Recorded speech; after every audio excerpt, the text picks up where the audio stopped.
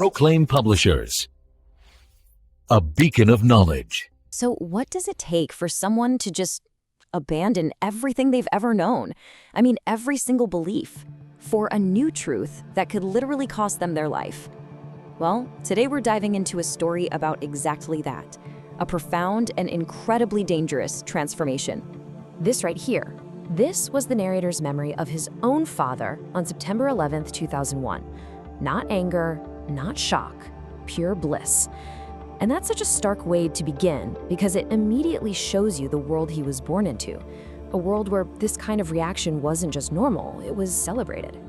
You see, he was raised in the holy city of Mecca, and from a very young age, his life was set on a very specific and highly honored path.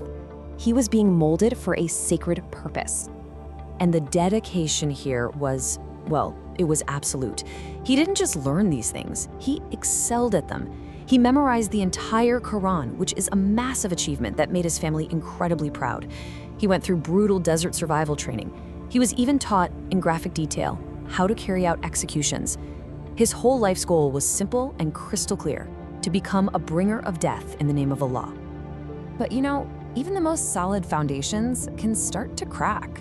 And for him, a series of really unsettling experiences and some deep, profound questions began to chip away at that certainty he'd held his entire life. What then is truth? This one simple question, asked by a Christian man he met while studying abroad, just shattered the very bedrock of his reality. See, he'd been taught his whole life there was only one truth, singular and absolute. And for the very first time, he was forced to ask himself, did he really know what truth even was?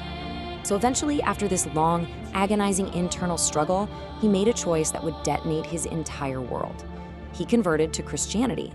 And the consequences, they weren't just severe, they were immediate, and they were brutal.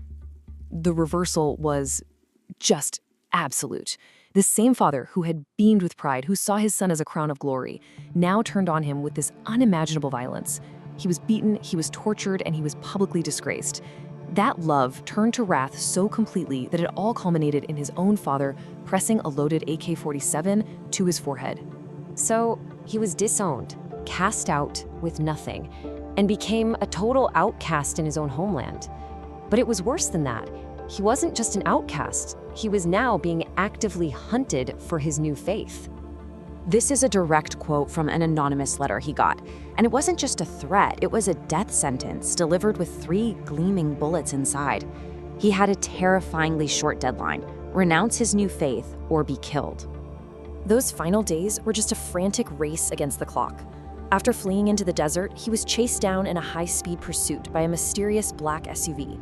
The whole thing felt like something out of a movie, ending in a desperate last-ditch escape to the airport, where he boarded a flight to freedom just as his pursuers were closing in.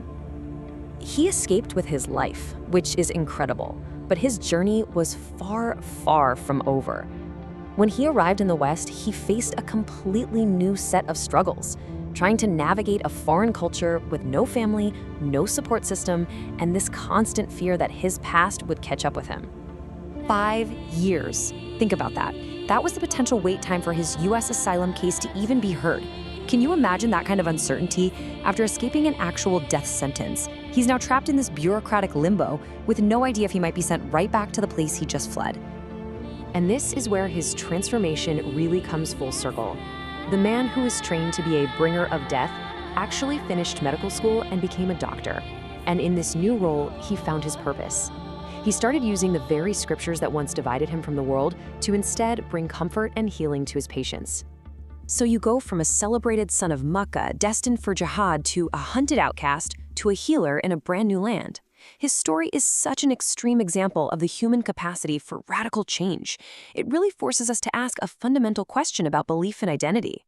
What does it really take to become a completely new person?